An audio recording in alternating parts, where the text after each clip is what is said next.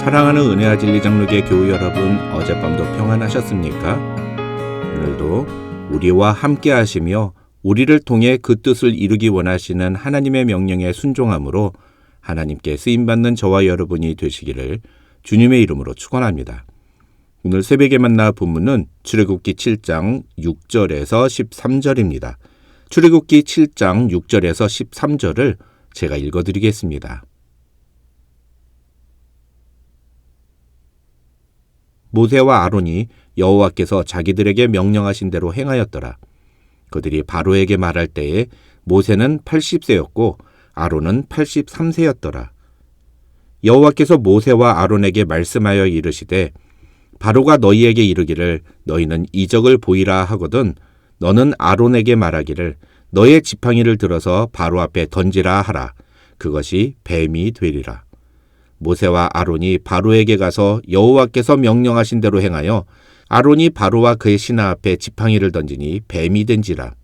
바로도 현인들과 마술사들을 부르매 그 애굽 요술사들도 그들의 요술로 그와 같이 행하되 각 사람이 지팡이를 던짐에 뱀이 되었으나 아론의 지팡이가 그들의 지팡이를 삼키니라. 그러나 바로의 마음이 완악하여 그들의 말을 듣지 아니하니 여호와의 말씀과 같더라.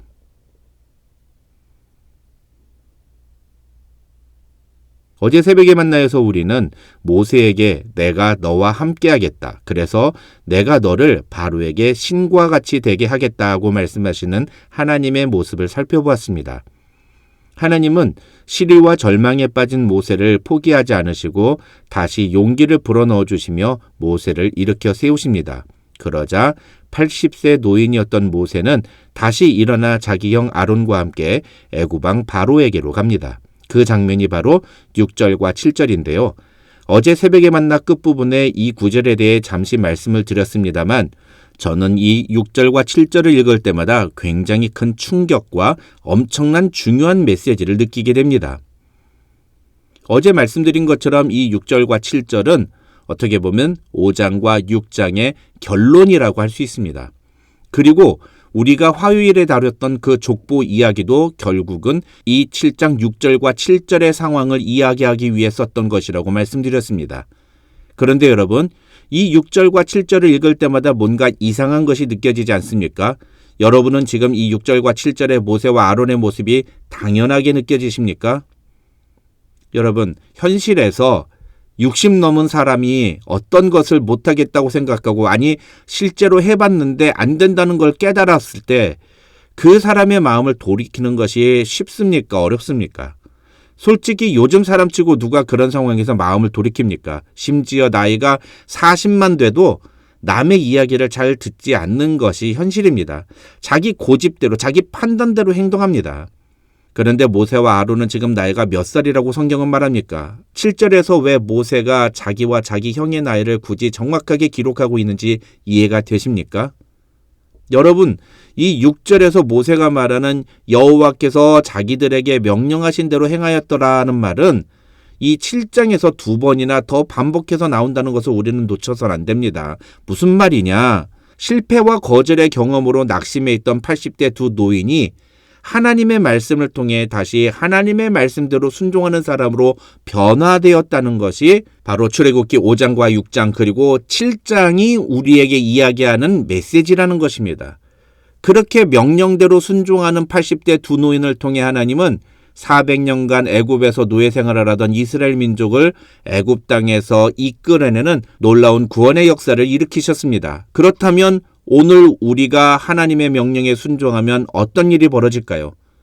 모세는 출애굽기를 쓰면서 6장에서 자기 조상들의 이야기를 소개한 후에 그런 부끄러운 조건과 배경을 갖고 있는 자신들을 쓰시겠다고 부르신 하나님의 명령에 자신들이 얼마나 철저하게 순종했는지를 7장 6절과 7절에서 이야기하고 있는 것입니다. 다시 한번 말씀드리지만 하나님이 쓰시는 사람은 배경이나 조건, 자격이 중요하지 않습니다. 내가 몇 대째 예수를 믿는 집안에서 태어났느냐, 내가 몇 년째 예수를 믿고 있느냐, 내가 세상에서 어떤 직업을 갖고 있고 어떤 명예를 갖고 있느냐는 하나님께 전혀 중요한 문제가 아닙니다. 그러나 하나님은 하나님이 쓰시기 원하시는 사람에게 딱 한 가지를 요구하십니다. 그것이 바로 하나님의 명령에 순종하는 것입니다. 하나님은 부끄럽고 수치스러운 배경과 조건을 가졌던 모세와 아론도 부르시고 그들을 쓰셨습니다.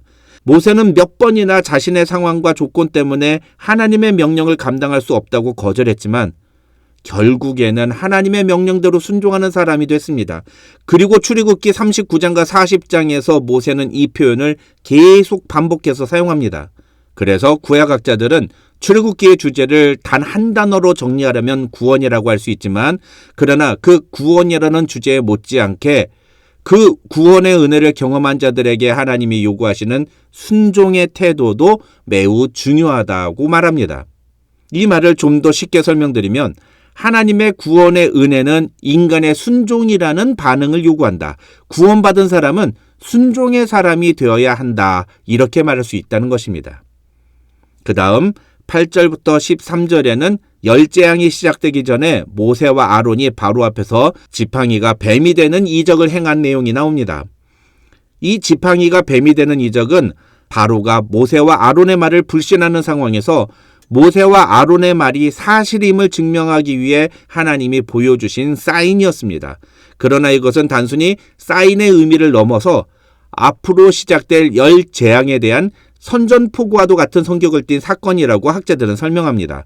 왜냐하면 한글 성경에서는 그냥 뱀이라고 되어 있지만 히브리어 성경에서는 이 뱀이라는 단어가 일반적인 뱀을 의미하는 나하쉬가 아니라 악어를 가리킬 때 사용하는 탄닌이라는 단어로 쓰여져 있기 때문입니다. 그런데 이 탄닌, 즉 악어는 당시 애굽 사람들에게 애굽의 왕권을 수호하는 수호신과도 같은 존재로 여겨졌다고 합니다. 그런 점에서 아론이 던진 지팡이가 탄닌으로 변했다는 것은 두 가지 의미가 있습니다. 하나는 탄닌은 모세와 아론에게 지팡이와 같은 존재에 불과하다는 것이고, 또 다른 하나는 하나님은 지팡이를 가지고도 너희가 신으로 여기는 탄닌을 만드실 수 있는 분이다. 이런 메시지를 전해주고 있다는 것입니다. 그러자 바로는 자신도 마술사들을 불러서 똑같은 마술을 보여줍니다. 그런데 놀라운 일이 벌어집니다. 애굽의 마술사들이 던진 지팡이가 탄닌이 되었지만 잠시 후에 아론이 던진 지팡이가 변한 탄닌이 애굽의 마술사들이 던진 지팡이가 변한 탄닌을 모두 삼켜버렸다는 것입니다. 여기서 학자들은 삼킨이라라는 단어에 주목합니다. 이 단어는 나중에 하나님께서 홍해 바닷물로 애굽의 모든 군대를 삼키시는 장면과 연결되는 단어이기 때문입니다. 즉, 이 삼키신이라는 단어는 하나님의 절대적인 승리를 보여주는 상징과도 같은 단어라는 것입니다.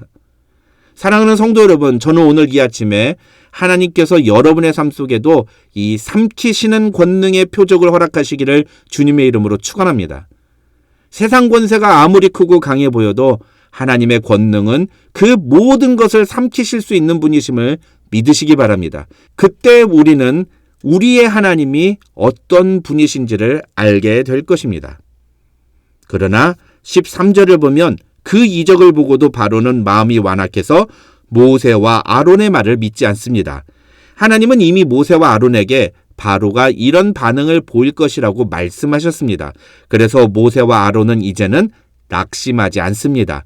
처음에는 바로의 거절을 자신의 탓으로 돌렸던 모세가 이제는 정신을 차리고 바로가 거절을 해도 계속해서 하나님의 명령대로 순종하는 사람이 된 것입니다.